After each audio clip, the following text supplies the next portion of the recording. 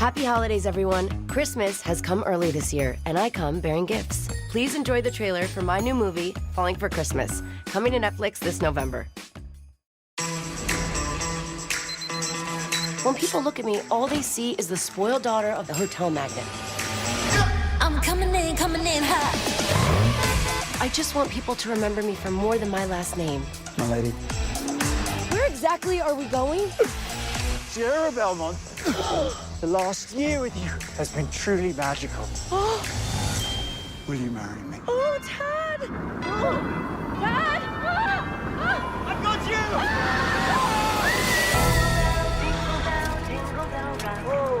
you! Is it a dead body? Sheriff, could you please tell her to let me out of here? First, we need to figure out who you are. What do you mean, who I am? My name is... So what are we supposed to do with her? I have a place. Does it have room service? Jingle bell, jingle bell, jingle bell rock. Where am I? Alrighty, you went through the lost and found? Are these used? Probably, but sometimes guests leave things here by accident, so. Not sure this was left here by accident. The doctor did say that if I did normal things, my memory might come back. Doctor's orders. Have you ever actually made a bed, dear? I don't think so. It's been almost 2 days. And what, no one's found me yet? Like unclaimed luggage.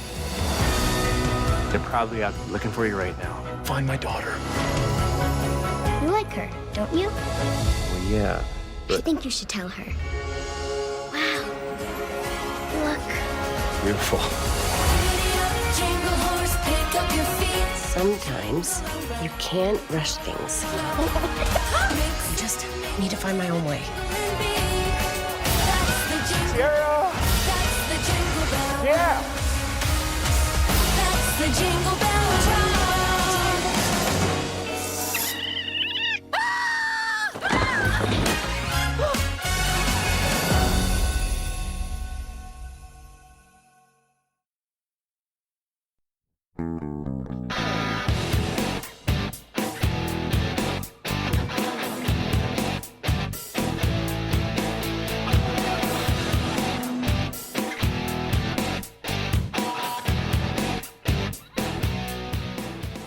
Welcome, everybody, to They Call This a Movie, ruining friendships one terrible movie at a time. You can find us on Spreaker at They Call This a Movie, and we're on any other podcast app that you can find. Just search They Call This a Movie. We're also on all socials at TCTAM Pod. That's TCTAM Pod. And be sure to send us messages there. We would love to hear from you. I am your last-minute host, Mark, and I'm here with Dan. Dan, how you doing? Hello, Mark, and hello, friends. How you doing? Hello. Before anybody worries, nothing wrong with that. Just a little last-minute switch. He will be here later in the podcast, but for now, you're stuck with us. And He's skipping out on all the hard stuff. Yeah, and we apologize for this garbage can on fire that is going to occur. Oh, wait, hold on one second. I'm going to stop you right there. We're just as good as Ant, all right?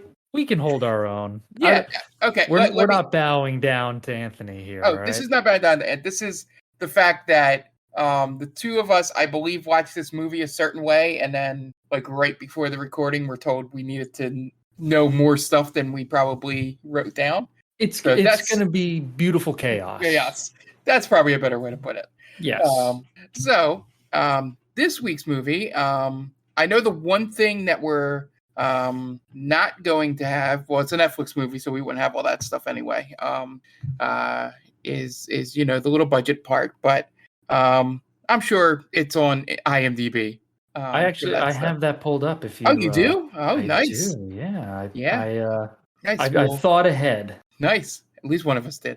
Yes. No. But there's really not a whole lot of information on it. No. Yeah. When we get to that part, I'll kick it over to you. Sure. But I'll start this off with this is my choice this week. I decided to go with the new Lindsay Lohan Christmas movie that was on Netflix. And why is my nervousness making me forget the name of the movie? Falling for Christmas. That's it. Yes. I made fun of it at the end when they did the late title card. on it. But yeah, so Falling for Christmas. I think the reason I didn't remember it then is because I just been calling it the Lindsay Lohan Christmas movie when I've talked to everybody about it. In my notes, I only have her written down as Lindsay Lohan. I did not write down her character name. Yeah. Either of them. Either of them, correct. Yeah. So my main reason for picking this is normally we do these Christmas movies and they're, your Hallmarks, and Netflix has started to really get into it. And they're older ones, or maybe, thing with stars that are either, trying to make a comeback or past their prime. And, or at this point, we already know they didn't make the comeback, even though a movie was made. It's very rare that we get a brand new Christmas movie that sort of encapsulates all the things I like about these dumb, run-of-the-mill Christmas movies that come out this time of the year. And I thought, why don't we be a little timely? It's very rare that we, pick a movie that's within the first couple years from when, we're released up until the podcast date. So that was mainly behind the reason I chose this. I got to say, as we mentioned, talked off the pod, then it's a very, it followed the plot line of these typical Christmas movies, except there were a couple, alternate things in terms of, where certain characters, came from. It wasn't so much the guy just had the successful lodge that, she fell in love with or whatever. Right. It had the whole backstory of this lodge was failing, which was a little bit of a nice twist, but I don't think they lingered too much on the terribleness of her character, that you're supposed to get in that first 10 minutes. Yeah. She seems kind of awful, but also more naive than she's awful. More spoiled. She's not a jerk. Yeah, her boyfriend is 100% a jerk. But yeah, she seems like she's never really had the interactions of anybody with less money than her or anything like that. And even the boyfriend, Tad, he's not a bad person. He's just very he's very vain. But he's not rude to anybody, right? He doesn't treat anyone poorly. He's not mean to Lindsay Lohan's character either. No, that's the one surprising thing I was going to get to, is that the other man in this situation isn't a terrible guy. He's just not he doesn't fit what I guess her character would have become if her mother didn't pass. I guess that's what they're trying to get across. Sure. That the mom loved Christmas and, she would have been more like Jake, and in terms of doing all that instead of the hotel heiress sort of route. Right. But yeah, it was nobody was outright I wasn't rooting against anyone and hard in the sense obviously you're rooting for the main love interest because they did a pretty solid job of building that up a little bit, especially for these type of movies. I was rooting against the couple that were on the sleigh when they find Lindsay Lohan's body, because the boyfriend is he's so lame. Yes. Is this sleigh safe? Is everything safe? Oh my! Is that a dead body? Oh my god! All right, buddy. Okay, so we're rooting for the one inconsequential couple. Yes. In it. But yeah, there's no antagonist in this. Movie. Even the antagonist is Amnesia, I guess. Not even, because that's you know who the antagonist is? Yeah. Who? Santa Claus. Yes. Santa Claus is the antagonist because in order for him to fulfill the wish of a little girl, he creates a snowstorm which knocks Lindsay Lohan off a cliff. Yeah. Causing her to bang her head hard enough to get a concussion and forget who she is. Yeah. And that to me is pretty pretty evil. And fulfilling wishes these days is it's not as easy as it used to be. I guess not. Well, so, it makes me think that maybe Santa has grown bored with ways of fulfilling wishes. I could just have it, maybe her car breaks down and Jake just happens to happen by. No. I'm going to make it a little bit more dangerous. I'm going to make sure that she's lost in the forest, gets pushed off a cliff by a snowstorm that I created, and tumbles, almost killing herself. I'm surprised she didn't die, and just forgets who she is. That's a whole lot of happenstance for Santa there. The pandemic hits us all differently. I suppose so. So before you get any deeper into it, Dan, what's your specific feelings on this movie? I didn't mind it. I've never been a huge Lindsay Lohan fan. I liked Mean Girls, but anything after that, I kind of thought was just, it was okay. And then, of course, she had that tumultuous time in the early 20-teens, right? Where she went a little overboard. But I'm happy to see her back. Again, this movie this was what I thought Holiday was going to be like. Okay. And so this is definitely more of a Christmas movie, and I didn't mind it. I thought I was going to hate it. It's not a great movie. Again, there's no antagonist in it, so it's kind of hard to call it. Even the father's a nice guy. Right. And he's a billionaire, so you know that's bullshit. Yeah, that's a complete lie. Yeah. I will say, agreeing with you, in the first 5 minutes of this movie, I thought I was going to hate it. Me too. And the whole from the point of when she loses her memory, that whole middle half of the probably act 2 of the movie completely saves it. I agree. I agree. Because it felt like people trying too hard in the first act. And at the same time, how can you relate to and root for a hotel heiress who has all of her whims catered to? And so I thought to myself, okay, well, obviously this small town guy who runs a bed and breakfast is somehow going to show her that there's more to life than being a hotel heiress, and she'll come around to not being catered to. I was not expecting the whole amnesia storyline to kick in, but I think that helped it. Yeah, I 100% agree. I was at first skeptical of the amnesia, but I thought you couldn't make the way you made this movie. You couldn't make it if she didn't lose her memory, because there's no real way to transition from the type of person we see her as before the accident into learning about Christmas and falling in love with this guy, because she still wants to be an influencer before she hits her head. And then sort of the fun part, which I was like, okay, this is a little genius on their part, was that essentially she became an influencer by the end without even really trying, getting the hotel booked up by just saying its name on the on the TV, sort of thing. So, but getting a little deep into it, it was weird to kind of slowly realize who certain actors were in this movie. One of them, I don't even know if you would have picked up on it. But the dad is Jack Wagner, who is very famous in the soap opera world. I did not know that. Yeah. He played, I forget his last name, but he was last name was Scorpio. Hank Scorpio. Was it? Hank Scorpio? I don't know. Yeah, it was. That's a Simpsons reference, so I doubt it. Oh, okay. Okay. But, so he was essentially the girl from the Saturday Night Fever spinoff that we watched. But the girl that's in that with Travolta, they played husband and wife and were very famous.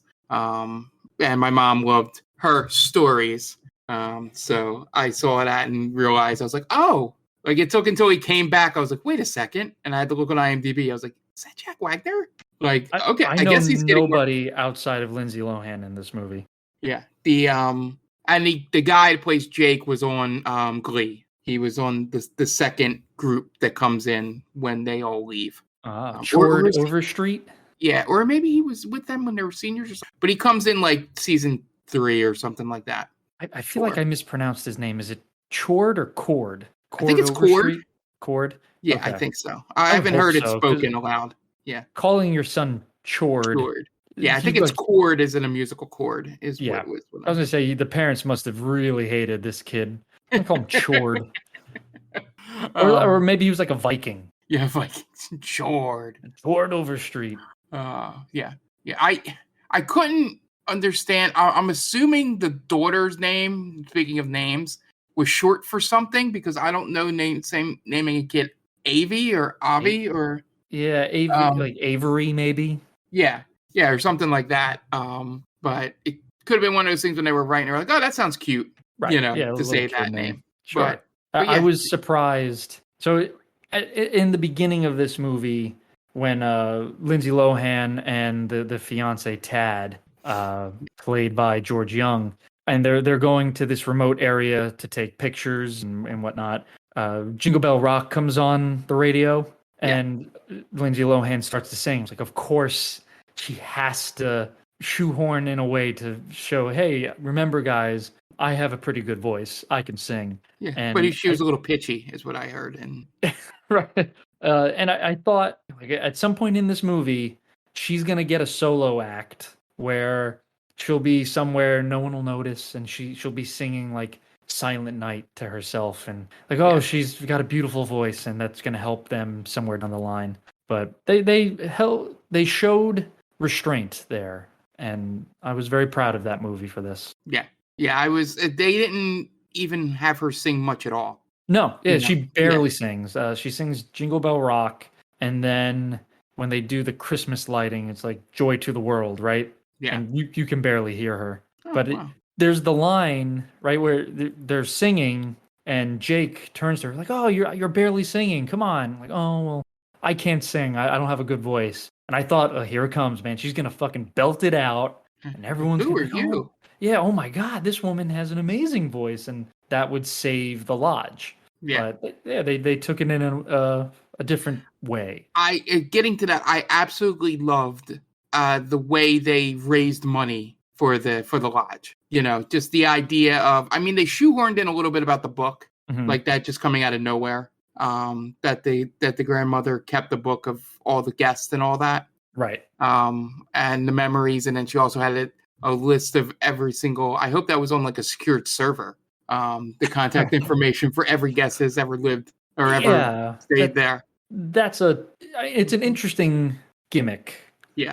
But what are the odds emailing everybody on Christmas Eve, right, to come to the lodge? Even if it's the day before Christmas Eve. Yeah, people have plans. Yeah. I'm sure not everyone is in that area. I'm sure people came from all over the country at one point or another. Yeah, Imagine. they set it up really well. I'll say it's the one thing they did a little bit more than a sentence, but it's the thing I always bring up is like, if you're going to set up a stupid, like not a stupid premise, I'm, using wrong words, but the premise that, everybody would drop their Christmas Eve plans to do this, you need to like at least insert a reason. Right. And then just having that girl at the Toys for Tots essentially, basically say, he does so much for us. We just wish we could do more for him, Yeah. And then that was enough to go, okay, like all he had to do in life. It's the whole, I don't think the movie was getting this deep, but I'm going to get a little deep. Sure. Is that it's the whole thing about, knowing when to reach out for yourself when you always put other people first. Yeah. Sort of thing. It's okay to ask for help. That's that. kind of, Yeah, that's exactly. Jake's story arc, essentially. Yeah, is that he, does so much for everyone else that he doesn't really even think that he's worthy of people helping him. Not even that he doesn't want them. Mhm. He just doesn't think like he's worth it. Like, Right. And I think they do a really good way of putting that all up. And I don't know how you feel about this one thing, talking about the story. But I like the fact that they didn't like force them to kiss until the end. Yeah. Like That's fine. yeah, I thought I thought they were going to do the mistletoe thing. They were going to have them kiss, and then she would remember something, or Right. And I was like, oh, it's going to be dumb. But when they both went, you know what? Why don't we not do this? Because you might have a boyfriend, like Right. I liked how it pretty much ended in, because you're always waiting for the shoe to drop that she's gonna remember who she is, and she's a billionaire's daughter, and you're thinking that it's all gonna crumble when she figures that out, like, oh, why am I here? Why am I with you? Kind of thing. But it never happens that way. Instead, the fiance Tad and the father find her, and to me, it was a little. It was okay. Yeah. The way they did it. It felt a little bit rushed. Like, oh, we gotta hurry this along a little bit, where they figure out who she is, and everything just snaps back instead of it kind of coming over short periods of time, right?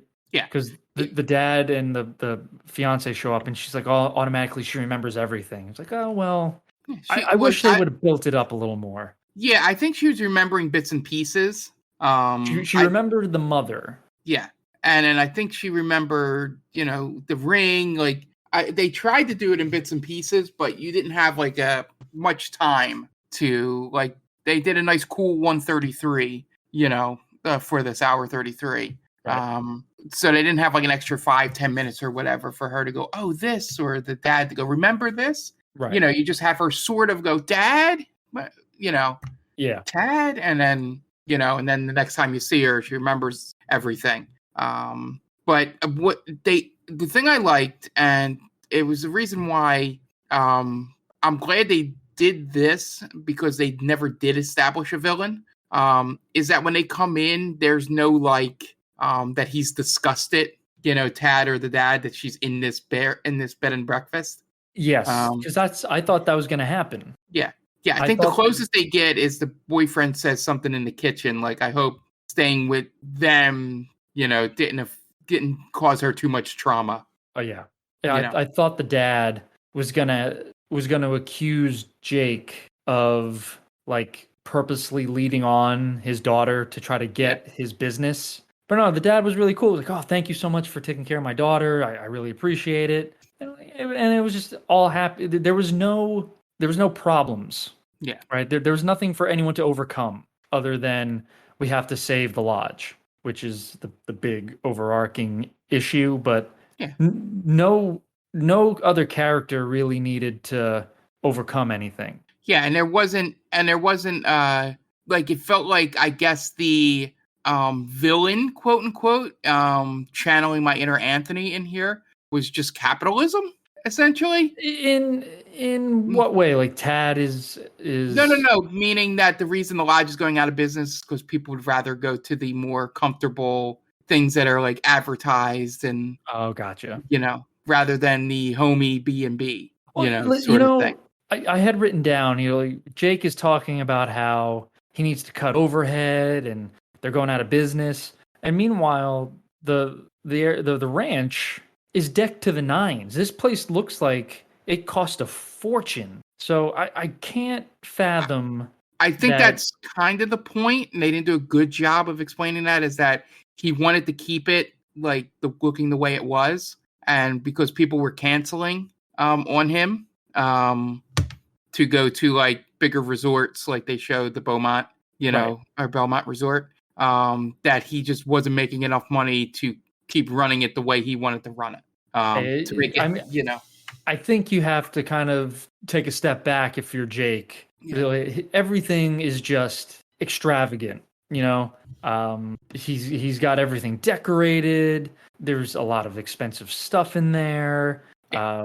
He has animals on the premises that he probably has to feed and take care of. Yeah. So you kind of have to take a step back and like, all right, I need to cut some stuff. So instead of having all these crazy decorations, maybe I'll just decorate a few things. And then it just seems as if he's complaining about stuff that he could maybe look into a little bit more. And I'm not saying it's totally his fault, obviously, but yeah, I think he was trying to keep it running the way his wife remembered it when she was alive, like in a memorial to her. That would be that would make more sense. Where he's very nostalgic. Yeah, and I think a lot of it points to that. They don't overtly say it, which is probably good. But yeah, I think that's mostly where he's coming from. Mm-hmm. Is that he wants it to be the same as that, but realizes that he can't because people are canceling and things like that. So just a quick, just for my safety, the quick Jack Wagner stuff. His name was Frisco Jones on General Hospital. That's a he was married to Fiona Yu's character, Anna Scorpio. That's where the Scorpios come in. That's hilarious. So yeah, they were spies, I believe. And then, but Mysterious. most people probably know him. He was on 5 seasons of Melrose Place in the mid Interesting. 90s. So for anybody that knew who he was out there, I only remembered him because my mom really, thought he was hot back in the 90s. So And now he finally gets his big break in Falling for it's- Christmas. it seems like he's doing some. Yeah, his 4. The best part is his 4, like on IMDb, like known for. Like 3 of them are soap operas. Hey, Like listen, he man. was on General Hospital, like split up over time. Then he was on one called Santa Barbara, and then he was on The Bold and the Beautiful for like a long time. Yeah, those are big mainstays for soap operas, right? Yeah. It seems like he left some of them because they were like obviously Santa Barbara went off the air in '93, according to this. But when they start cutting down on soap operas, everybody sort of got condensed. Yeah. into everyone. But it does seem like he's doing a lot of Hallmark and Netflix Christmas stuff. Okay. He's in another Christmas movie this year called The Big Fat Family Christmas, which I guess is based off my Big Fat Greek Wedding. Greek Wedding. That's I what would assume. I'm hesitant to look into that because I'm hoping it's not like, oh, everyone's just fat. And then a series of movies called Wedding March. That doesn't sound promising. Yeah, there's like 6 of them. Giving us by my doctor a run for its money. Yeah. No, they look like wholesome Hallmark movies, but it's just there's 6 of them. But anyway, yeah. So my final thoughts really on this is I think they captured enough of the Christmas nostalgia to where I could see some people seeing this on Netflix in years in the future and putting it on. Like it's not one of those. It's not like Holiday where as much as I admitted last week, I am an Emma Roberts fan. It wouldn't be something I would think to put on, even during just going through Netflix, since I watched it. This, I'd be like, hey, if I'm on Christmas, I see that, I'll put this on in the background while I'm decorating the tree or something. Like, it's not offensive. It's I don't know if you noticed the like rating thing, but it said TV PG for fear. I guess like fall the plummet down the that was cliff. that was the only tag was fear. Yeah, that's the only time something remotely bad happens to anybody. It made me laugh. It's like, how stingy do we have to be with these ratings? That it's I know. You could just put TV PG there, and I'm like, all right. Or maybe it's for the illegal poaching. That could be it. That Ralph does. I love the show. Ralph, he's poaching again. Yeah, and he's like laughing about it. Oh, it looks like Ralph's poaching again. Like, I liked Ralph at first. Like, oh, he seems like a pretty, this is an interesting pairing between Ralph and Tad. Then it turns out Ralph's a poacher. Oh, fuck that guy. But apparently it's okay to poach on Christmas in this town because they just let him go. Yeah, they were just like, I wonder if poaching means that he brings like people to his fishing lodge or something, and that they're saying that in a nice way. Oh, I think poaching. I think it's probably he's killing animals that he isn't supposed to be killing at this point. Yeah, my thought is they were. I always wondered if it was a PG way of saying something else. Are you trying to say that he lures men into his fishing hole? I'm not saying 100% men, but all right. Because he seemed pretty happy when Tad came in. Yeah, I mean, it could be 100% could be, and that. But I had a feeling that poaching was like sort of like I said, a sanitized way of saying what they were trying to get across there. He's poaching tail, is what you're saying. Yeah. Okay. Yeah. Man or woman. Yeah.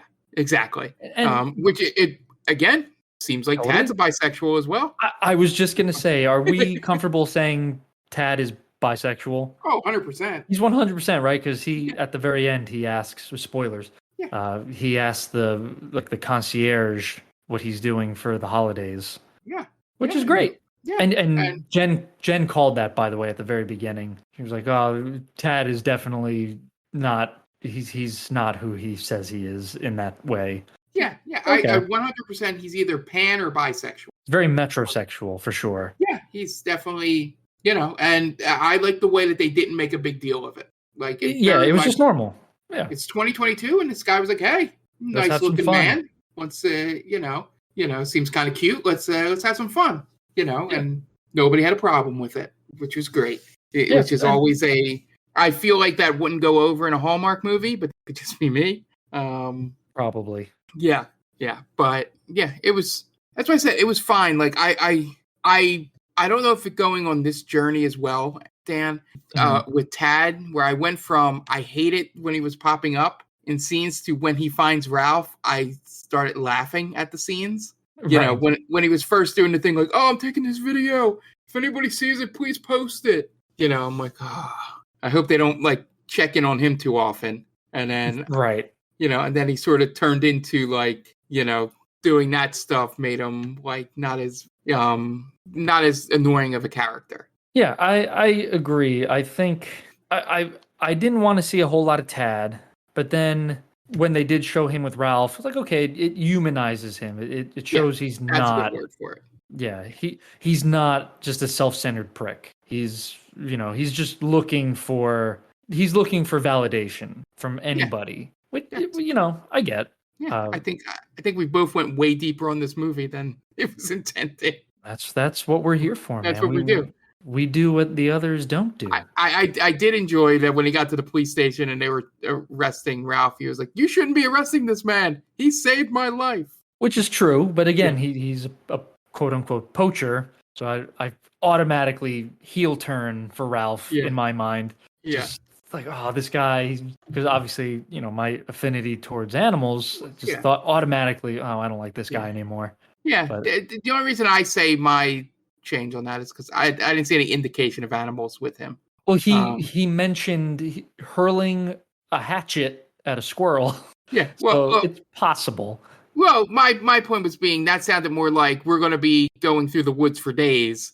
You're going to have to eat, you know. Sure. You know, I got some fish I'm making or whatever, he said. And he said, no, thanks on the fish. He's like, well, here's an axe. You can throw it at a squirrel. But so he came prepared to kill something. Yeah.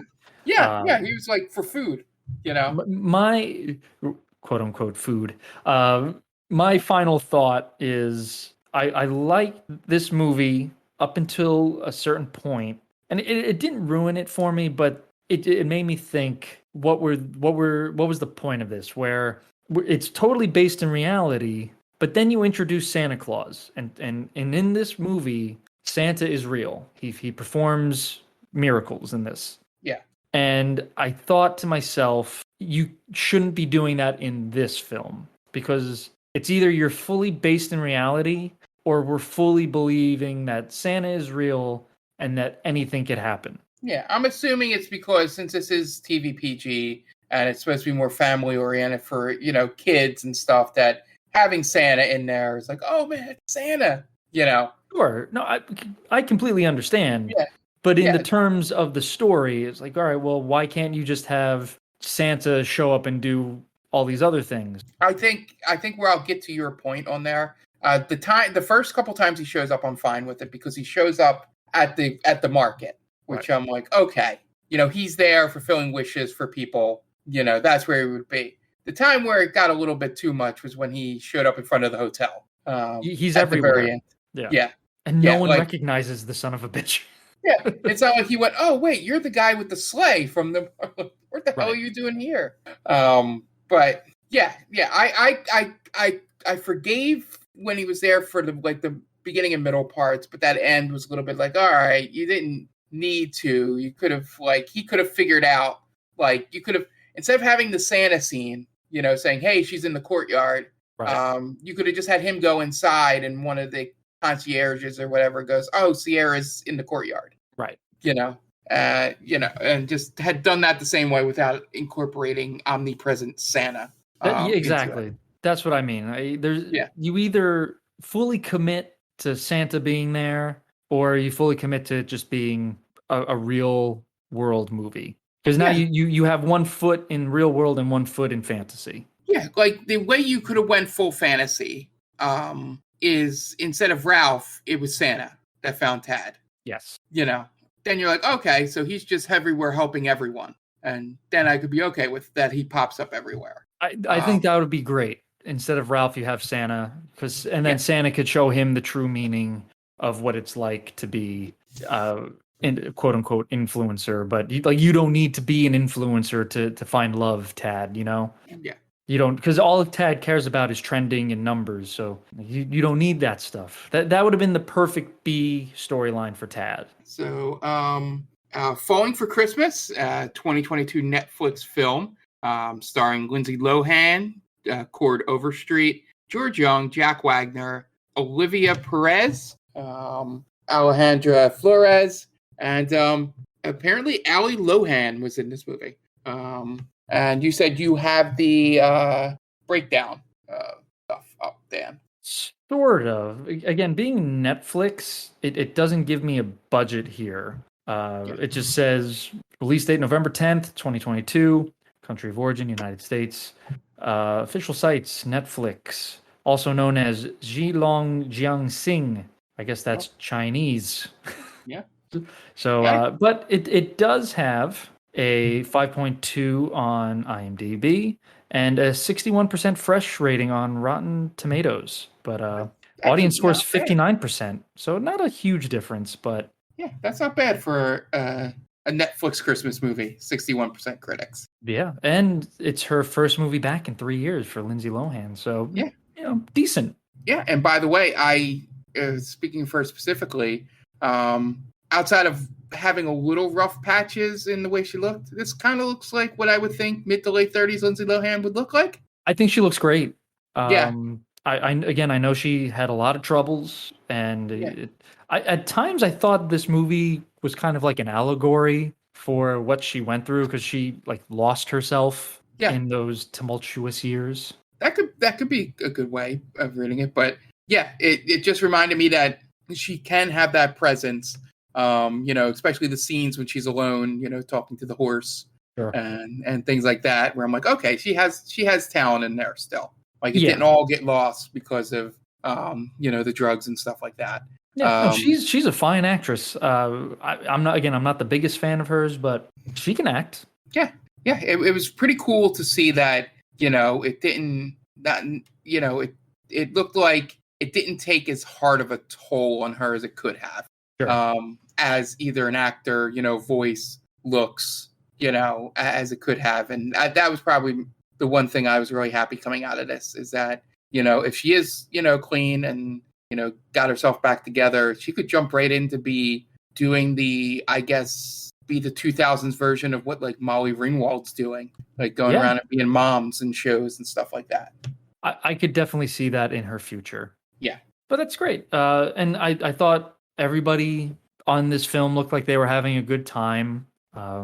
It wasn't poorly acted. Story is very, wafer thin, but that's okay. It's a Christmas movie. You don't need it to be a blockbuster kind of film here. You've got the stepstones to what makes a good Christmas movie, right? You have a girl who is kind of unsure of what she wants in her life. You have the guy who's kind of down and out on his luck, dead wife, perfect pairing. You meet at Christmas, something needs to be saved. It's your paint by the numbers Christmas movie. Yeah, and it was very fun. So let's get into the plot. What do you say? I would love to do that. All right, what do you got for us, Dan?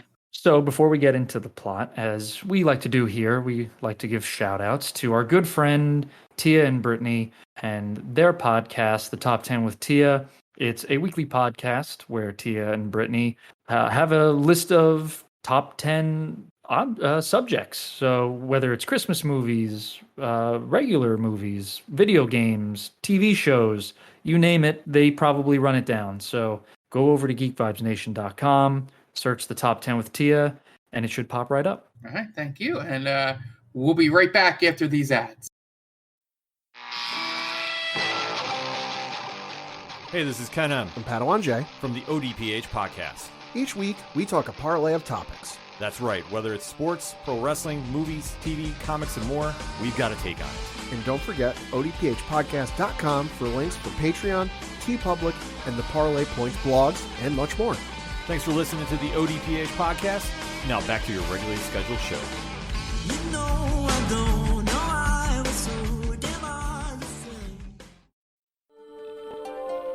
Welcome, travelers. Seems like you're looking for a story. Well, I got one for you. Involves adventure, friendship, and all sorts of... Earl, why don't you tell him about that time I stole that big-ass melon? Yeah, I was going for more... Or you could tell him about the time I kicked her ass, Earl. I wouldn't ever tell them. Do I need to get my ref gear on? Okay, everyone, shut up. Now come with me as I tell you a story from afar. Hey everybody, my name's David. I'm the DM for From Afar Podcast. A From Afar Podcast is all about four friends separated by distance, but brought together by adventure. Hope you all stop by and give us a listen. Thanks. Welcome back to They Call This a Movie. Let's get into the plot. So we open up with Lindsay Lohan laying in a hotel bed, and the phone rings, and it's fun to see that even at this high-end resort that they look like any other hotel phone in there. Nothing really special about them. They didn't even try to do like one of those weird cordless phones for it. It's just a regular brown phone that you find at any Holiday Inn. As she gets a wake-up call, and we find out that Lindsay Lohan is Sierra Belmont, which you can probably tell is in some way relation to the Belmonts that own the resort that she is currently staying in. She wakes up and hears a knock at the door, and you find out that it is the concierge who is to be her assistant for the week and her glam squad. We get a little, montage scene or whatever of them picking out a dress. She gets a call from her influencer boyfriend who is riding in the back of a stretch Hummer limo, which they made sure that you would get the point that these are rich people involved here. They very much did a show not tell of it. She's eating caviar, and she's, dipping her hands, I guess, in something for nails. I guess nail remover there. And next thing we see that she goes downstairs because I believe they are meeting her dad for lunch. And she gets ready to do that. And then we cut to the father. And this is where we meet Jack Wagner, who plays Beauregard Belmont on the skiing on the mountain. And you see a gentleman ski up to him and introduce himself. And we find out that this is our hero, I guess, Jake, who's been trying to call Belmont for the past 5 days and hasn't been able to get in touch with him. So he thought he'd catch him out here. And then Bo basically says, race me to the bottom and discuss it. They get to the bottom. You find out what you probably already knew. Trying to ask for, some investment in the lodge that he owns. And to my surprise, I don't know about you, Dan, he politely, turns him down. Yes. I thought this was for sure going to come back later, where maybe they don't save the lodge. They're just short of saving it. And then Mr. Belmont comes back. Is it Belmont? Hold on. Or Beaumont? Beaumont. I know he's Beau. Belmont. Yeah. Beauregard Belmont. Yes. So I thought it was gonna we're like $10,000 shy or something like that. Like they needed to raise $100,000. Like, we're $10K short. And then Mr. Belmont makes the last big payment. Like, what you're short 10? Here's 20, and for taking care of my daughter. Yeah, there could be arguments either way on that, saying him proving that he didn't need the rich guy to save the lodge, that it was her that saved it, not her father. Not the father, yeah. It's a very 2022 way of, looking at it, that, you don't need no man. You don't need no man, and, you can save it without, use the power of social media and not your father's money, That's another thing. The power of social media would have destroyed this fucking place. Oh yeah, 100%. This is the fantasy Christmas version of social media. Yeah, this is what everyone wants social media to be. Exactly. But people would just be dunking on this place. Yeah. Oh, look at this. Bed and breakfast. What do you do? Your own cooking? Oh. Well, where's the turn down service? You have to make your own bed? What the fuck? What's this? That's not what I pay money for. Yeah, it would have been a nightmare, and it's just people being jerks for no reason. I once stayed at a a bed and breakfast in this area, and it was terrible. They did this, they did that. 1 star. There's a little Hispanic girl running around there. 1 star. Like, That's the thing on was it Neighborhood or whatever it's called. That's how the reviews would be on there. Oh, sure. Yeah, 100%. But I like the end of the scene where I guess was the first hint, and I didn't pick up on it until we see him a little bit more, Bo. That he just mentions that letting him win, he was like, he respected that. He was like, okay, this classy. Like, I respect, and that was where I thought it was the thing you said where that would come back. The fact of him letting him win and would be the thing that would be like, I remember you did, Yeah, you let me win on the ski slopes. Yeah.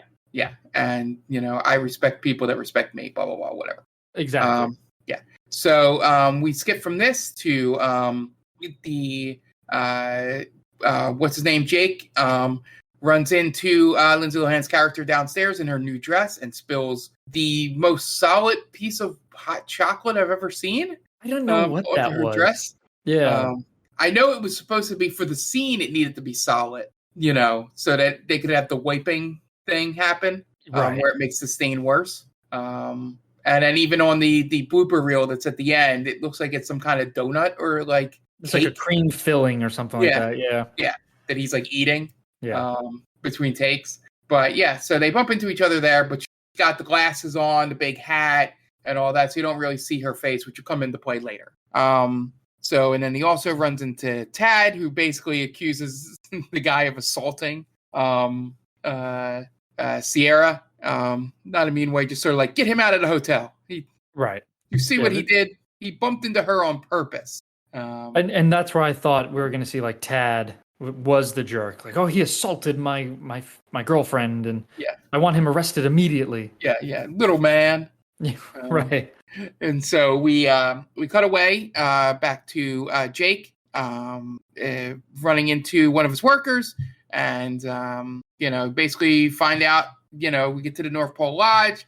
We see that it is breaking down a little bit and needs a little bit, of some money influx to sort of get it back to the way it was. But it's a nice, charming bed and breakfast. As you said, it's decorated to the nines. And we get to meet his daughter and his grandmother, or her grandmother, his mother-in-law. And we find out they're going to the Christmas market. But he's going to stay behind because he's got to, get some things done because of the cancellations. He can't go with them. So I believe next we cut to the young girl at the market, and she puts a wish on the wish tree. And this is where we see Santa Claus for the first time. Who Santa reminded me of? Who? The guy from I Think You Should Leave. I think. Right, his character is Santa Claus. The Santa in the Santa movie? The Santa in where he's the cop. The cop? Yeah. Okay, I can see that a little bit. So I was like, oh my god, it's him. And he gets paid $2 million. That's his quote. Yeah. I thought you were gonna say he was the guy from the focus group meeting. No. It was the guy who plays Santa, who plays an actor. That's not Santa. Yeah, and the thing they do here, they don't disguise him very well at all.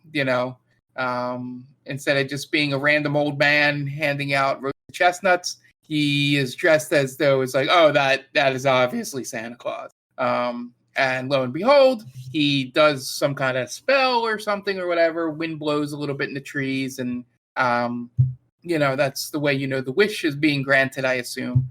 And then we cut to, or it's like these scenes are interspliced. To Tad picking up Sierra at the hotel. And they were supposed to do the photo shoot. They were going to make their relationship official to get numbers on the Instagram thing. Mm-hmm.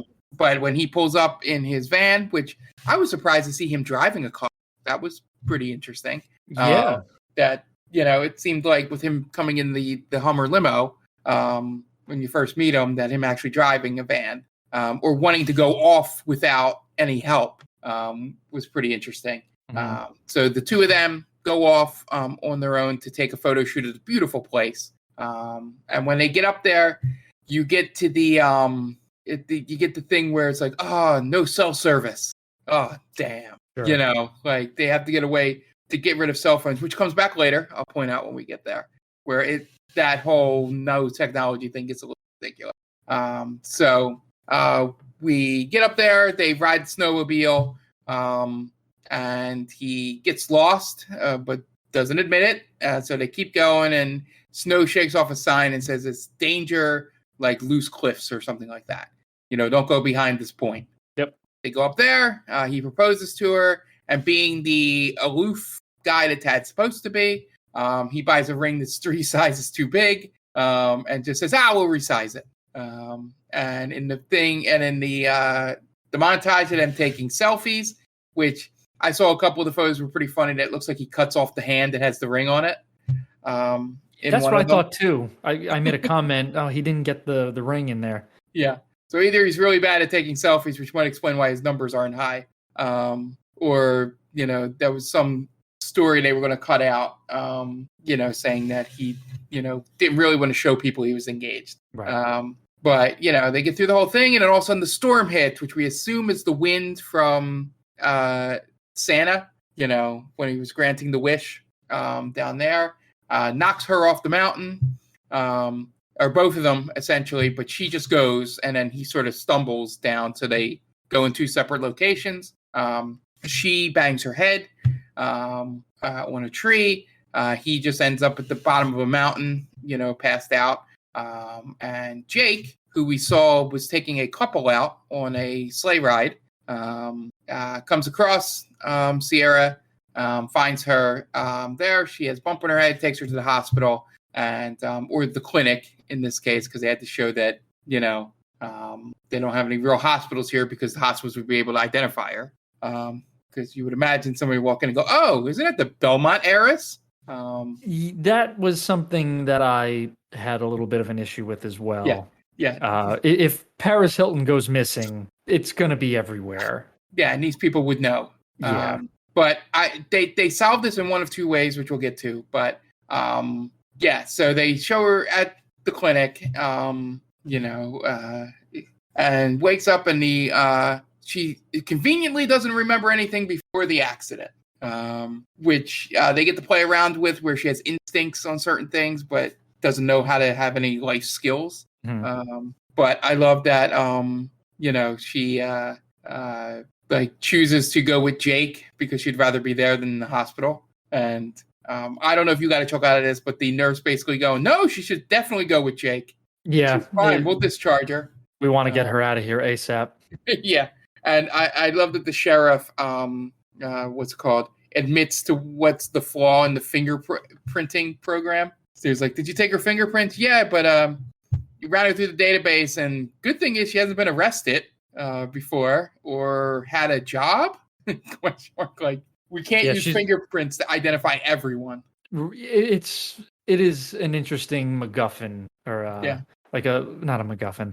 It's an easy way to sidestep the obvious answer here. Like, most likely we would have that on file, and this movie would be done in the next 24 hours. Yeah. But and the fun part is it's 100% true. Maybe not 100%, but I'm pretty sure it's 100% true. The fact that unless if you were, one of the people that gave your fingerprints as a child, when you were in school, mm-hmm. Going, "Oh, the cops are here today. We'll show you what fingerprinting looks like." Entrapment there. If you weren't one of those kids, which she wouldn't have been as a rich kid, of course, not. and you've never committed a crime, there's no reason the cops would know what your fingerprints look like. It's not like they fingerprint every baby. And also, I don't think your fingerprints are fully formed when you're a baby in a hospital anyway. That's a good question. I would not know that. I would not know that either. But so she leaves with Jake and goes to the B&B host or resort there, and sort of kind of has a little bit of the rich girl thing, but is like, I guess, so happy to be getting help that she just doesn't care in terms of the clothes and all that.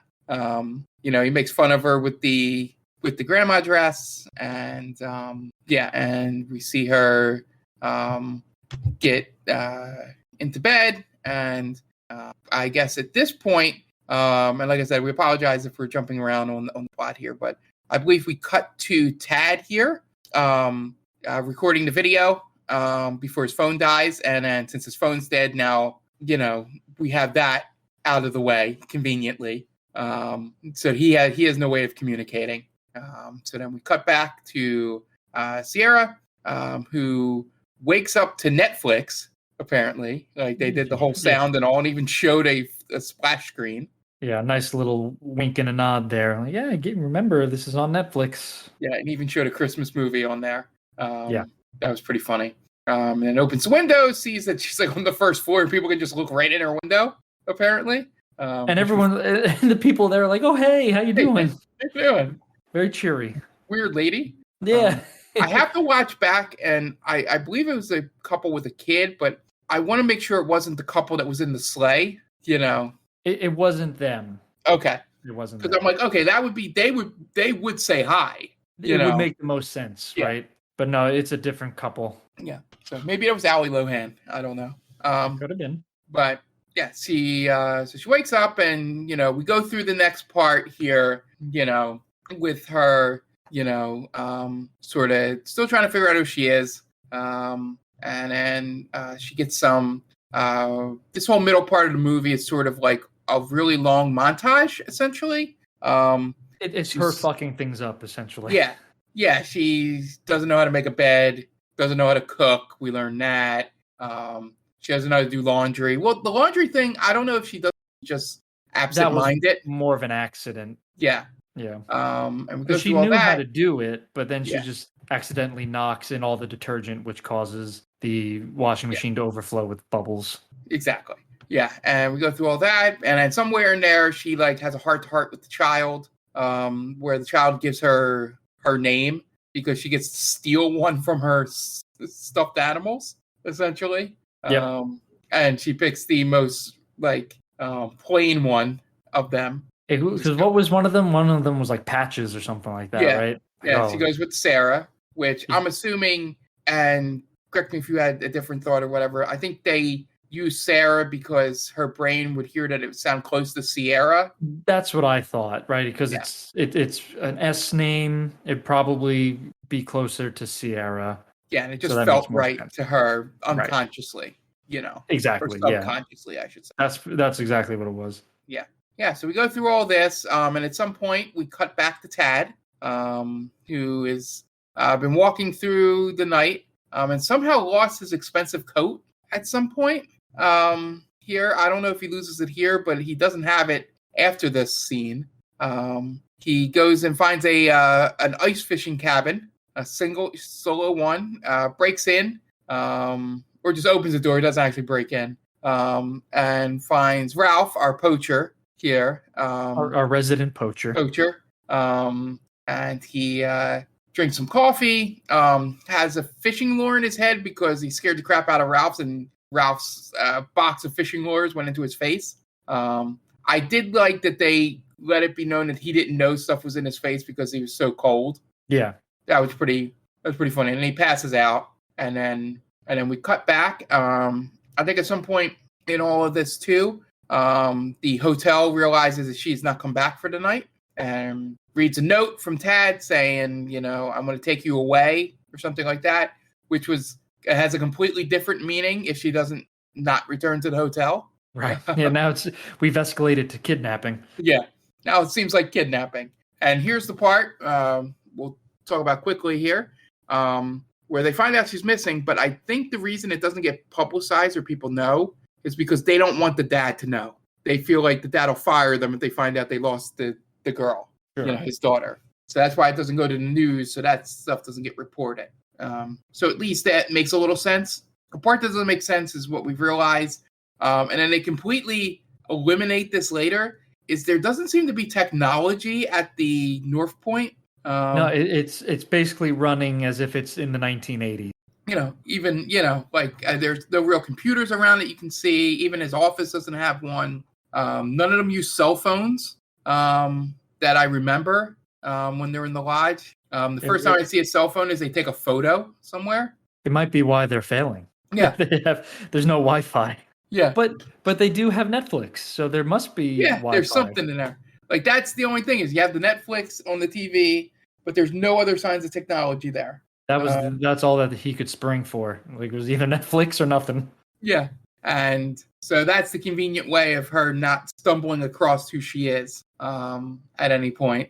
Because you would think if she was the influencer, daughter of a billionaire, it would be easy to find her online, just randomly, or even him researching people. But yeah, so they're at this lodge, and then we have the scene which we skipped where she's just sad about basically being a useless person. She says, and talks to the horse, and says she's going to go get some firewood and see if she can handle that.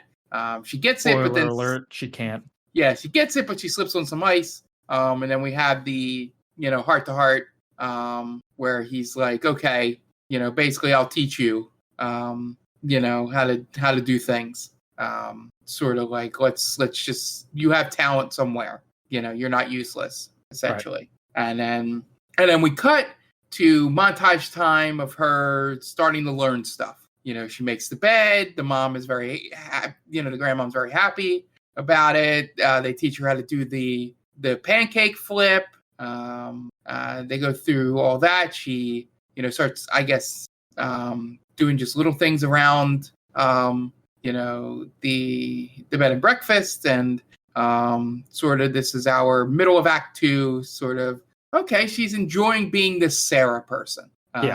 And is finally starting to fit in and is happy. Yeah, and then they invite her out to go to the Christmas market. And he does a very smart thing and says, this is a big place where a lot of people might know who she is. And maybe somebody will recognize her. Which is, in my opinion, Dan, this is kind of where getting to the point you were mentioning, where this kind of falls apart, in that she's a hotel billionaire daughter who's owns a resort in the town. Yep. So you would think somebody would know her. Exactly. So someone's going to recognize her. Yeah, but maybe she dresses differently than she has here, so people don't really catch on. There's kind of excuses you can have. But yeah, they go here and then they find Santa, or actually Santa finds them because they go over to a sleigh. Santa's just creeping on them this whole movie. Yeah, that's apparently very expensive. And Santa goes, "Oh, well, I'm sorry, you don't want to buy that, but is there anything else I can help you with? I just happen to be looking after this shop." Right. Who is he looking at? He says he's looking after it for a friend. Yeah, and he makes a sale for the friend. Right. So that's what confused me. Like, yeah. Why is he there? Yeah, and what person would leave that expensive sleigh unattended? Right. Or unless he's just lying. Well, he is 100% lying. But, yeah. Obviously that as we find out later, that sleigh does come back into play. Like, it was weirdly introduced where I'm like, that comes back at some point. And then they buy a snow globe, which we had found out earlier. Her mom, Lindsay Lohan's character's mom, had bought a snow globe for her before she died when she was 5. And I think it's the same snow globe it's supposed to be, but I think it's different. I couldn't remember. Yeah. It looked very similar. So I just assumed it was the same one. Yeah. So she has a quick flash of memory of an older woman giving her this, but can't connect that it's her mother. Even without knowing this, Jake bought it for her because he knew it helped her some way. Mm-hmm. So they get the snow globe, they walk over, and then we had the tree lighting ceremony with the most self-aware mayor of all time. You didn't come here to hear me talk. Let's light the tree. And then they do the thing. I couldn't tell. Obviously, in the movie, the candy cane thing is fake. Sure, you can see the box move when she the little girl lights it. Yeah, you can see it move. But I wonder if in real life it's one of those things where that is actually the switch. It's just this big thing like on top of what would be the switch. Sure, it's possible. Setting it because you can I'm assuming it's just someone off camera as soon as she turns it. 100%. Yeah. Yeah. I'm talking about in real life. It just had me thinking about that. I was happy in this scene that the mayor didn't choose the daughter, Jake's daughter. Correct. Because I was like, I hate that in a movie where no one else exists outside of the main character. Yes. Like, only they get to do things in the movie. Yeah. You mean kind of like Holiday? Exactly. Yeah. So it was like, oh, the mayor actually chose another person. That's what should have happened. Yeah. Yeah. And then we they sing Christmas carols. This is where she says, "I've been told I'm a bad singer," which I'm believing is a little bit of fourth wall breaking. Right, probably that was probably a headline at one point, like, oh, she's not that good. Yeah, that felt like a fourth line break in the. I know they show it when they're singing in the car, but it felt like just when they put that line in, or maybe she ad-libbed off the line or something. But so they start singing, goes through the carols, and we cut back to Tad. And they're getting ready to leave the ice fishing, but his truck won't start for Ralph. So he says, it's a 2-day hike to the road. Just convenient enough that it's, right. It's the exact amount of time that the story needs for us to get there. Yep. To where you can't influence anything. Yep. And then we already discussed the thing was like, he's going to use some of the fish to eat along the way. The guy says he doesn't like fish or make some bullshit excuse. For some reason the fish does something. It's not like he's not a vegan or vegetarian or anything. Right. There's just some stupid reason for it. I would have been happier if he would have just said, "No, I'm vegan," or something like that. Ralph would have been like, "Oh, well, suit yourself," and then like he winds up like starving or something like that. Yeah.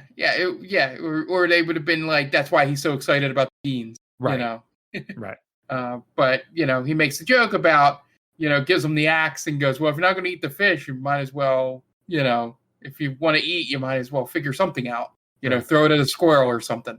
Right. But then he has beans, so it doesn't matter. Beans, yeah. It makes no sense, but he was holding out on him. Yeah. Yeah. And it's the best can of beans he's ever had. That comes a little later, but that was pretty funny.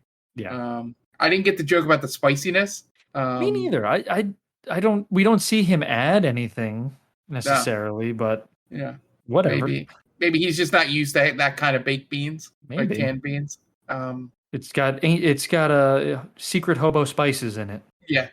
So we have the scene where they start walking through the woods, and then we cut back because we spent a majority of the movie at the lodge, as you should. So we cut back. And I think we're going to be jumping around a bunch here.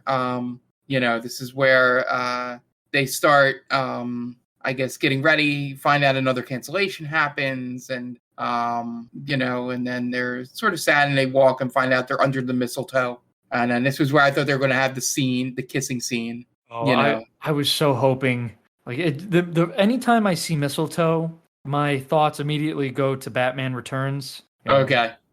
Mistletoe can be deadly if you eat it. A kiss can be even deadlier if you mean it. Yeah. That's anytime I see mistletoe, that's exactly where I go to. And I'm hoping that I'll hear another movie do that at one point in my lifetime, but sadly it's not in Falling for Christmas. Yeah. Unfortunately. So they don't kiss, which is, I feel, the smart move. For the right reasons. He says, "What if you have a boyfriend?" Which goes back to your kiss if you mean it, sort of thing can be harmful. And thankfully they respect the fact that she doesn't have her memory and he doesn't take advantage of her at any point in this. Yeah, everyone's really nice. Yeah, which I found refreshing. Like he wasn't like a closet, predator here. And again, I feel like that's a big, it's a big trend in the 2020s. You can't have a lot of bad people. No one can be bad. And like in Disney movies, there's no bad guys anymore. It's all like, there's just misunderstood people. Yeah, like this movie very easily and probably could have got away with just Tad being a bad guy. Yeah, and just being a jerk. You didn't even need him to be like a bad person. He's a jerk. Yeah, like he just needs to be obviously he is the opposite of Jake. Yeah. But in terms of personality and all as well, he only cares about himself. That comes across a little bit, but I don't feel like it's as overt as they could have been with it. He still seems to care about Sierra. He does, yes. You know, Like he but genuinely wants to be with her, it looks like. but he does care about his numbers more. Yes. That is true. 100%. So we cut back. They don't kiss under the mistletoe. And then this is where we get the next scene comes around where she catches the grandmother reading through a book, and she says, "This is my memories book." They did a lot of things to tie back to her memory and forgetting and all that stuff, which they get a little cheesy for me at times. But sure.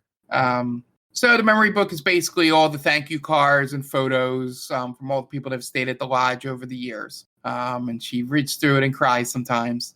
I'm glad, to be honest, I'm glad it was something like that. It wasn't like just old photos of her daughter, which would make no sense in the movie. I'm like, okay, they tied this in and not just like he's sad about the wife. And then she would say, but you're the best thing that's happened to him. Right. One of those. This is more about the lodge, which I felt was more in line with the movie. I agree. I think they don't harp on the dead wife, which is good. Like it's not glossed over. It's given just the right amount of time. Yeah. So find out about the book, and that gives her an idea.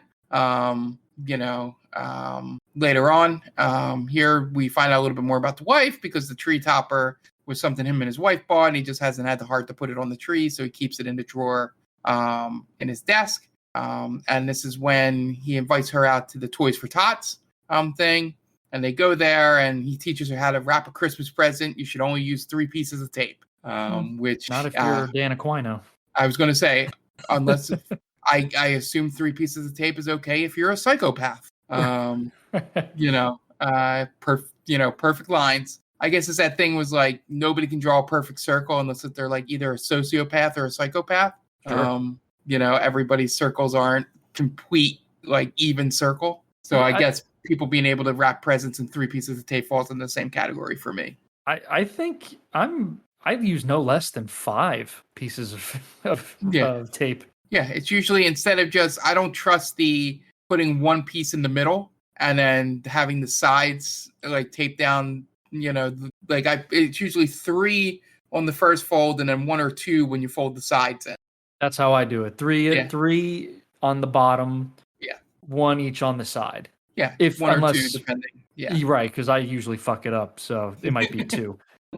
But so he shows her that, and then he gets pulled away, and they do the old joke like, "Don't talk about me," and then obviously they're going to talk about him. Sure. So they had the discussion where they set up the end of the movie where this person for the Toys for Tots essentially says he does so much for us. He volunteers. He donates money. He always helps out when we need it. We just wish we could do something to show him what he means to all of us.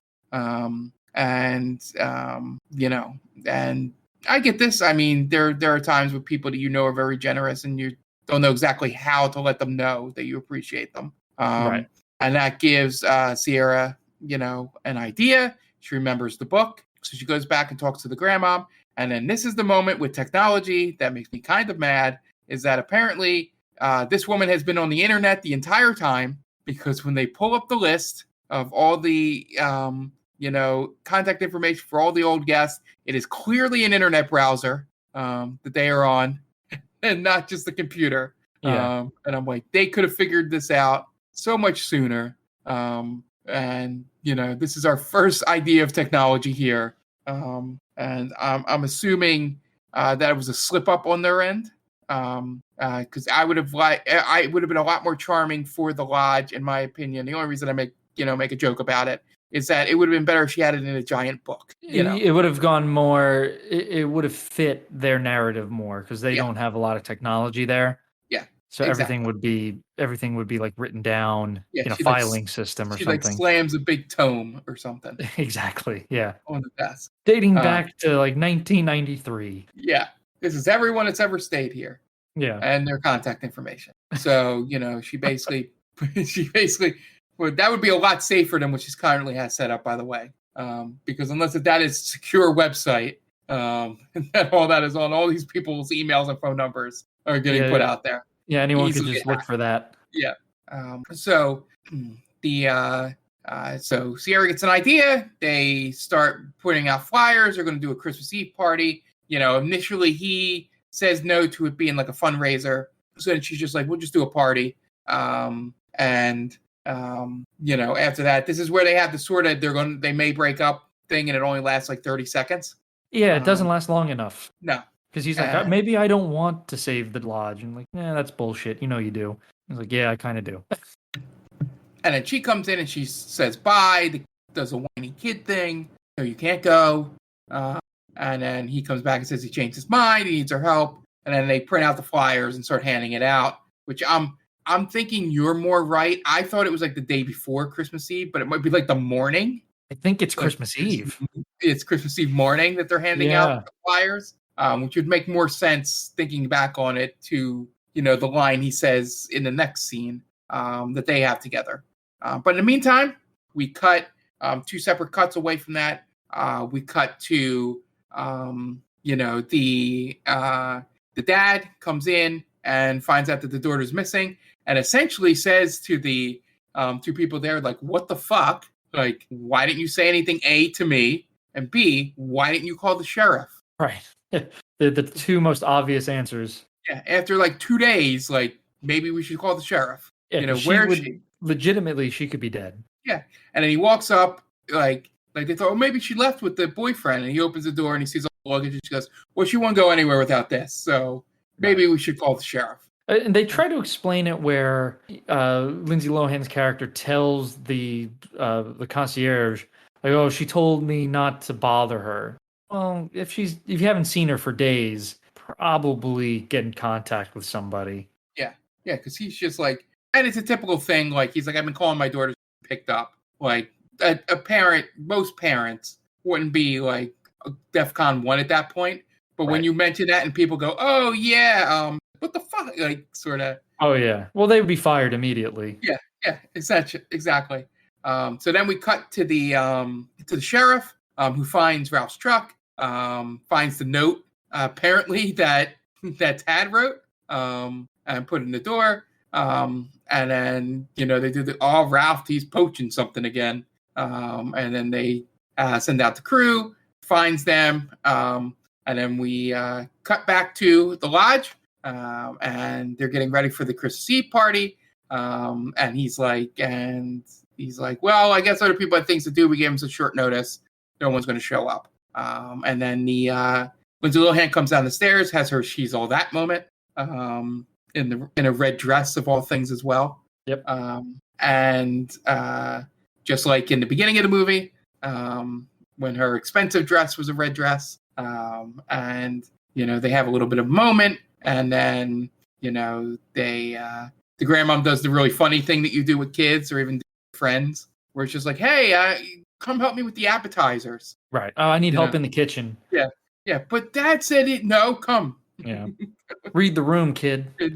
Yeah. So they go off and they have a little bit of a scene together, and then they walk over and start dancing. And this is the part where you're starting to see, obviously they both fell for each other. And he says, "Is it wrong that I hope nobody shows up to the party?" And then their moment is broken when the mayor walks in and goes, "Hey, apologize for being late. We're all stuck behind the snowplow." Which I guess is a thing. And he said, it's so unbelievable. Yeah. Yeah. And he goes, "Oh, okay. Well, I'm glad you came, but nobody else is right here yet." He's like, "Oh, no, it's not just me." And apparently the whole town was behind the snowplow. Now, this is a part where you've already established Santa is a real person. He exists. This is where Santa would come into play, where, he's driving a plow to get everything open. Yes. That would have been the thing. Like, if they would have let us know what that guy's name was, or name in quotes. Right. And then the mayor comes in and goes, "Oh, let's just use Shane as a name." Right. "Oh, Shane, hopped in the snowplow and cleared the road for us." And then there's just like a quick cut to Shane, and he gives a little wink to them. Yeah. Like, oh, that's Shane. Yeah. Yeah. It's just like, that'd be the way to make it connect him to every single thing that happens in this movie. Right. Which would be a little bit better for me. Yeah. No, I think that's the way you do it, right? Because the whole point is he's helping this wish come true. So and then we cut to the party going on, and a lot of extras doing a lot of just acting in the background. People laughing and patting them on the back, going, it's such a great joke. Doing the extra bit. Doing the extra stuff to make sure that they can point out to their friends, that was me. See, that's me. And then we go and we have speech. And it wasn't a, very confident speech because he's still, unable to want to ask for help. But the silence broke when the guy walks up and thanks him for giving his son ski lessons because he was not very cooperative with him, but he never charged him for the lessons. And now the kid is in the ski patrol. And that's the first check. And then someone else has a story about their wedding where they got things free of charge because they couldn't really afford a honeymoon. And then so on and so forth. And then the mayor has a big speech about making the lodge a historic, site. Which I kind of rolled my eyes at. Yeah. I was like, oh, come on. Like, now you're going to do it? Yeah, why? exactly. We could have done this years ago. Exactly. And then he gives a check, and then all of a sudden a table and a basket comes out of nowhere, and people start putting their checks in the basket as though it's collecting from a Catholic mass. Right. For money. So they all go there, and then in the middle of all this, he calls Sierra up, saying it was, her influence that allowed this all to happen. And then as she's on her way up, that's when Tad comes in, and they sort of have the moment where him and the dad sort of remember what's going on, because the dad had picked up Tad at the police station because he got brought in with Ralph. And they go and sort of do the thing and leave. The little girl's really upset about it, but the grandma explains the real thing is that she has to go home. Sure. We can't keep her here. And then we cut to the next day where it's Christmas. She wakes up and then she just shows that she's a changed person. She gets up, she makes the bed, and then we see her start cooking breakfast, right? But she looks like, she's like, she's in casual wear, not this fancy dress from Milan. And, Tad's a little confused by all this, so is the concierge. They have a press conference about, again, reasons why people would know what she looked like. Yeah, I didn't understand why the need for a press conference. It was just to have the scene where you can tell it's really Tad's the only one that wants to be engaged. Yes. Because it'll help his influence numbers. Even the dad's like, oh, yeah, I'm so excited. I can't wait. I can't wait, yeah. Yeah, and then the Jake and his family are opening up the gifts, and, the girl gets these boots that she really loves, which are never mentioned at any point in the movie. Nope. Those just come out of nowhere. Yeah. So they get their presents, and she turns on the TV and sees the news conference. And basically, using a wrestling term, Lindsay Lohan's character puts over the lodge, the lodge, and gets them popular. And the phone starts ringing. But he turns the TV off when he finds out there's an engagement. But the phone starts ringing, and the daughter basically does the "you're a big dummy" speech. You got to go tell her you love her before she leaves, because it's my Christmas wish. So they go out, and apparently the snow has come in again and closed up the roads that the snowplow had opened the night before. So how do we get there? We'll go to the snowmobile. Snowmobile doesn't work, which we established earlier. The one worker was working on it. And then we see something wrapped up. And they open it up, and it's the sleigh from earlier. Now, do you think that sleigh wrapping only took 3 pieces of tape? 100%. Yeah. Santa figured it out. He figured out a way to do it. Yeah. And then they were like, "Oh, all right, yeah, we can take this into town." And then I know they had to do it, but I literally rolled my eyes and was like, "Christ, it's a 1-horse open sleigh." A 1-horse open sleigh. That's right. They established that there's only 1 horse because they just wanted to have this moment. Balthazar. Balthazar. Yeah, from Jingle All the Way fame. Yeah, that 100% had to be a reference. I hope so, right? Why else would they name the horse Balthazar? Yeah, yeah. So they ride, and there's some cutaways to them riding away. She, has a change of heart. Talks to Tad, and basically hands the ring back, and he, says like, "Are you breaking up with me on Christmas?" He says yes. She's like, "Yeah, have a Merry Christmas." Yeah, and she goes, "Yeah." She's like, "It's fine. You'll be okay by New Year's. Like, I know you." And then he says the line that's supposed to get a chuckle, but I groan slightly when he goes, "Can I post this on my my feed? My feed. My fans will love it." Yeah, breakups get big numbers. Yeah, and he's like, which is supposed to be like sort of like, I don't know if he'll really post it. He may, but it feels like it's like a joke between them. Yeah, it's him getting over it already. Yeah, it's him sort of being, tongue in cheek with her. Yeah. Like, oh, if you're going to do this, can I at least, post it? Because, I'm an influencer. Right. So then we cut back. The sleigh gets there. He sees Tad getting into the Hummer limo. So he believes that Sierra's on the other side. So he runs, does a whole speech because the window doesn't roll down, admits that he loves her. And Tad rolls down the window and says, "I'm glad to hear you feel that way, but I have other plans."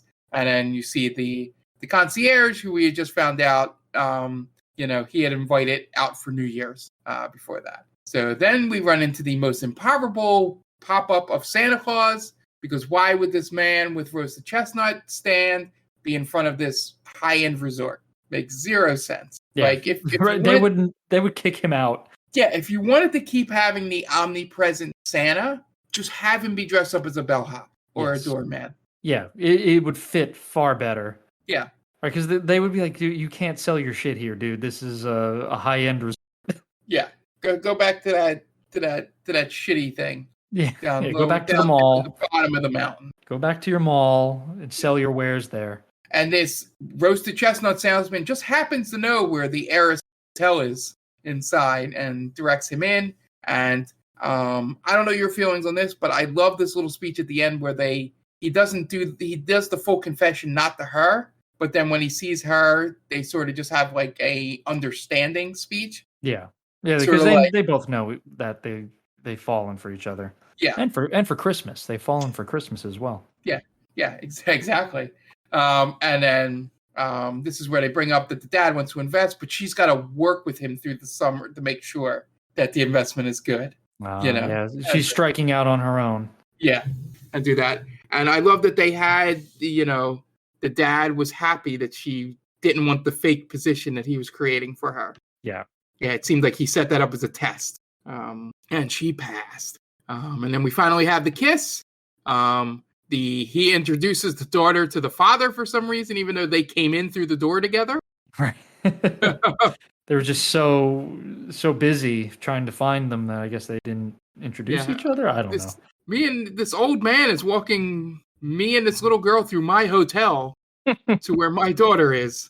Not weird at all. Not weird at all. So that is the end of Falling for Christmas, and we get a late title card here, an extremely late one, all the way at the end. And yeah, as we had said, perfectly fine Christmas movie. Some rough patches. I would admit that this is probably better than some of the Hallmark ones that I've watched. It's definitely a step up from a Hallmark movie. Yeah, because they can do a little bit more where they can, play around with a little more modern stuff than those Hallmark movies tend to do. Because I think they're more towards a conservative audience. I think so too. More than Netflix is. So. Yeah, but definitely more Christian type. Yeah. And the fun part is they aren't even like the hardcore Christian station. There's another one. Yeah. But yeah, perfectly fine. Those scores that you mentioned, Dan, are probably where I would put this movie. Yeah, I think that those are fair assessments, right? Yeah, I have a feeling that audience score is a little lower because of anti-Lindsay Lohan stuff. Possibly, sure. Yeah, is what I believe. Or is it the war on Christmas? Oh yeah, that's what it is. The woke, those woke sons of bitches can't enjoy a good hotel heiress getting amnesia storyline for Christmas anymore. Yeah. Even though they say Merry Christmas a lot in this movie. They definitely do. All right. So, yeah, that is the plot. I know we probably jumped around and jumbled some things. Maybe went into more detail than we needed to, but I tried to point out all the major stuff from the movie. I think it worked out just fine. Yeah, I think we're good. So we'll take a break for some ads, and we'll be right back with the final segment and possibly Anthony. And welcome back, and I'm back. I jumped in for a very quick segment because the guys probably said I died, but I was actually just working late. But I wanted to jump in for this segment. And these guys don't know what I did, but I'm calling it Christmas Movie Generator. Nice. It's sort of similar to what we did with the Mad Libs, but I have wheels. Lots of wheels. And wheels on wheels on wheels. Yes, so I've filled out several wheels, and we are going to spin them and create our Hallmark Christmas movie. So basically, I wrote a generic plot with some kind of Mad Libs spaces in there, and we have several wheels that will help us fill those spaces. So I'm going to read it as it is without the things, and then we'll spin the wheel and fill these in.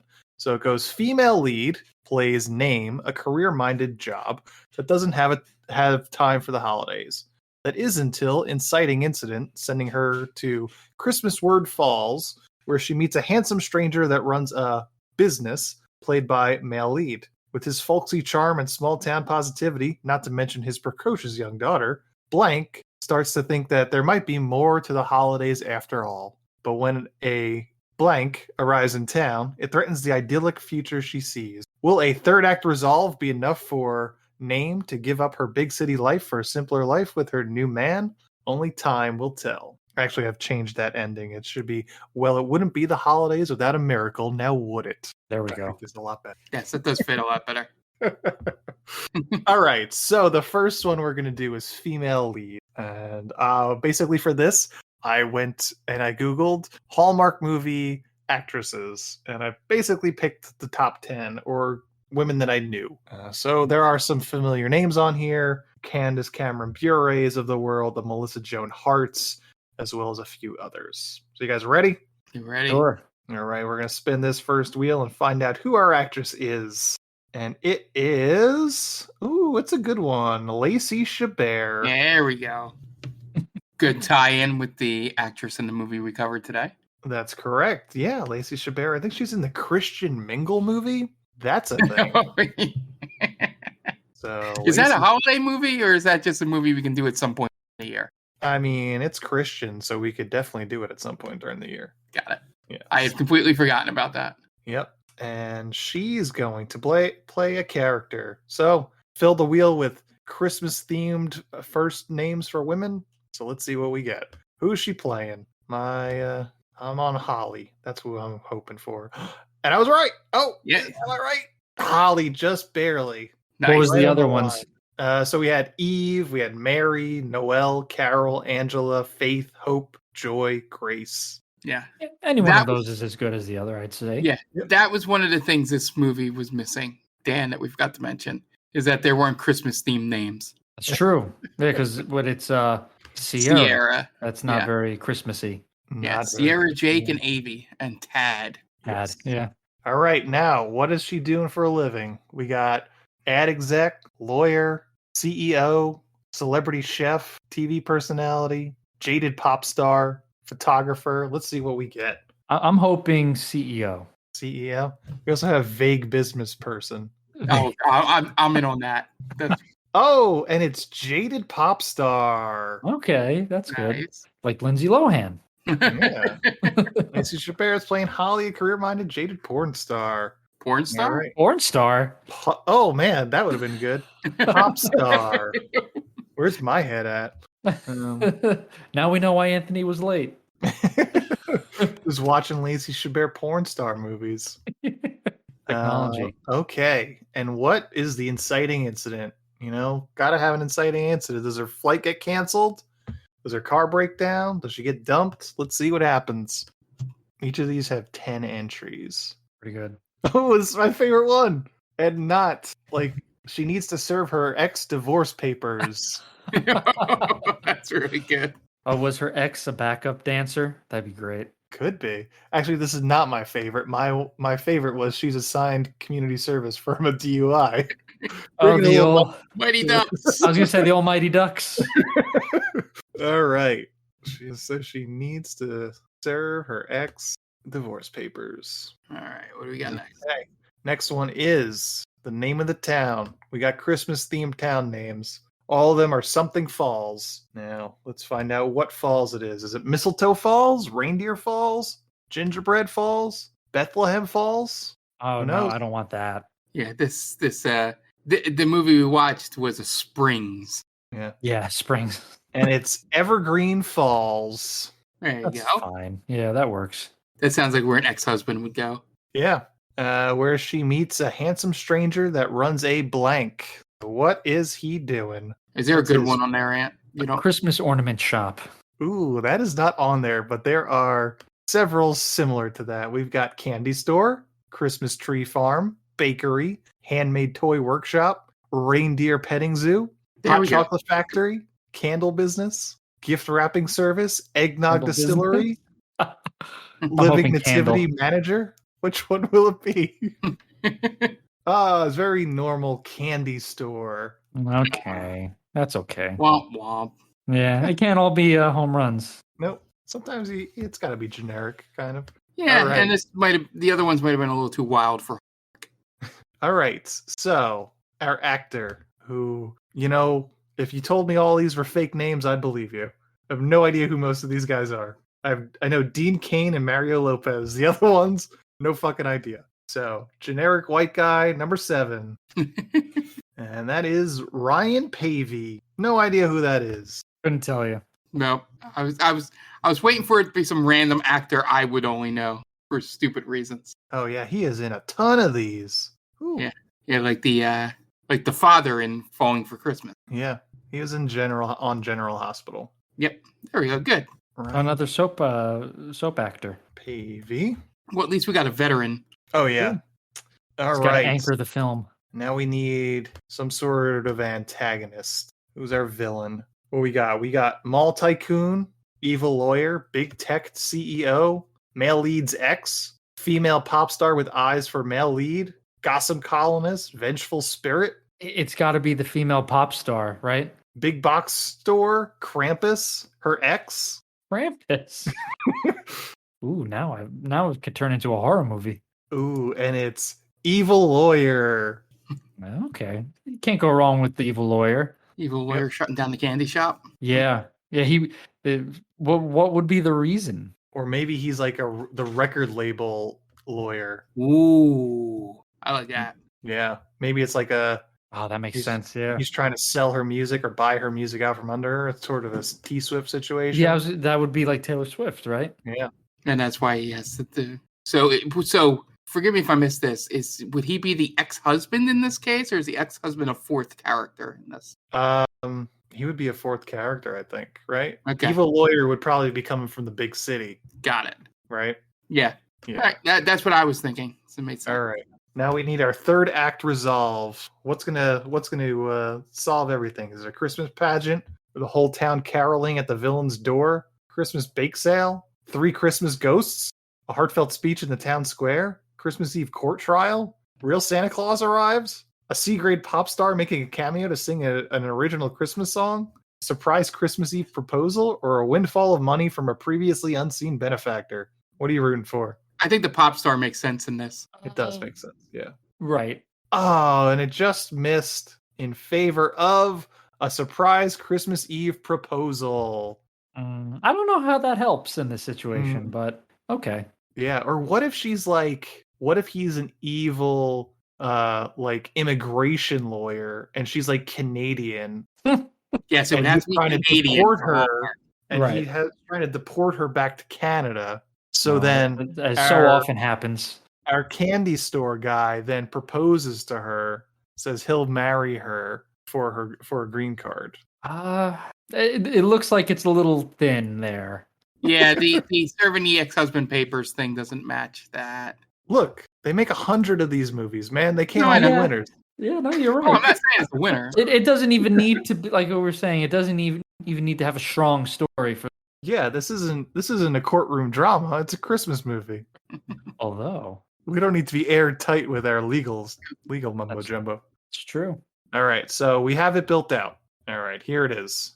Lacey Chabert plays Holly, a career-minded, jaded pop star that doesn't have time for the holidays. That is until she needs to serve her ex divorce papers, sending her to Evergreen Falls, where she meets a handsome stranger that runs a candy store, played by Ryan Pavey. With his folksy charm and small-town positivity, not to mention his precocious young daughter, Holly starts to think there might be more to the holidays after all. But when an evil lawyer arrives in town, it threatens the idyllic future she sees. Will a surprise Christmas Eve proposal be enough for Holly to give up her big city dreams for a simpler life with her new man? Well, it wouldn't be the holidays without a miracle, now would it? Listening through that, I would say that in the plot of this thing, she serves the papers and then runs into the guy at the candy shop. There you go. Yeah. What's the name of this movie? So it's Pop Star, right? Yep. I was thinking like Ring Pop for Christmas or something like that to tie into candy. Yeah. You have to have the two And the tie-ins proposal. somehow. Could we get a Ring Pop tie-in? So like Ring Pop registered trademark for Christmas? Maybe that's what she goes into the candy store looking for, and they don't have it for some reason. But that at the very end, that's what the Well, of course he wouldn't have it because it's all handmade candy. right. So he would hand make a ring pop. a ring pop. Ring Pop. Yeah. It's just her size and her favorite flavor, blue raspberry. Plain. Plain. No, All right. I like it. Yeah. That's our movie. Can I tell you what my idea was for this? What's that? 'Cause I had brought it up. I had an idea for my Christmas at Mar-a-Lago. Oh man. And it's basically this girl would for some reason be hired at Mar-a-Lago and teaches the Trump family the meaning of Christmas just before he gets taken away. Well, And you see him in the cop car, just like, oh, like I get it now. And it's almost as yeah, like Joe Pesci in Home Alone, the final shot of him in the cop car. Right. that's great. Yeah, I had an idea for it and then found out that they did most of my idea in a Jewish Christmas movie that's coming out. Oh boy. I was doing I was going to do like a modern updated version of like You Got Mail in a Christmas sense, but Nice. it was like two rival business owners met on a dating app, Okay. and then sort of they learn to fall in love and combine their business sort of thing. Gotcha. But apparently Can't go they're wrong. doing the Hanukkah because Hallmark always puts out one Hanukkah movie per year. They're legally required. Yeah, they have to, right? Well, yeah, they always do, and it's something like something on rye. It's Oh man, I love it. called, yeah, Love on Rye. yeah, because they're two competing deli owners that fall in love because they meet each other on a dating site. Please tell me that John Turturro plays her dad. No, I only saw that someone made fun of that. Oh, it looks like Hallmark has released their Hanukkah movie this year. Oh, it's called Hanukkah on Rye. Oh boy. Yeah. What about Eugene Levy? I don't think it's anybody famous Yeah, really in it. that's Pretty good. disappointing. But yeah, it comes out next week for anybody looking for it, December 18th. But yeah, it was one of the like film TV critics I found like when they announced the details of it. And Gotcha. It's just like, oh, they even used the same formula but just replaced the holiday Yep. in there. Yeah, that was a good segment. I love Mad Libs. Yeah, those are good. Building a movie is always fun. Yeah. All right. I like the whole idea of how easy it is to make a Hallmark movie. like literally anyone could do it. Yeah. Yeah, it's like I don't know if you ever saw the video of the guy that creates a Jordan Peele movie. Yeah. In, Yes. like Mad Lib style. Yes. I feel like both of those are the same thing.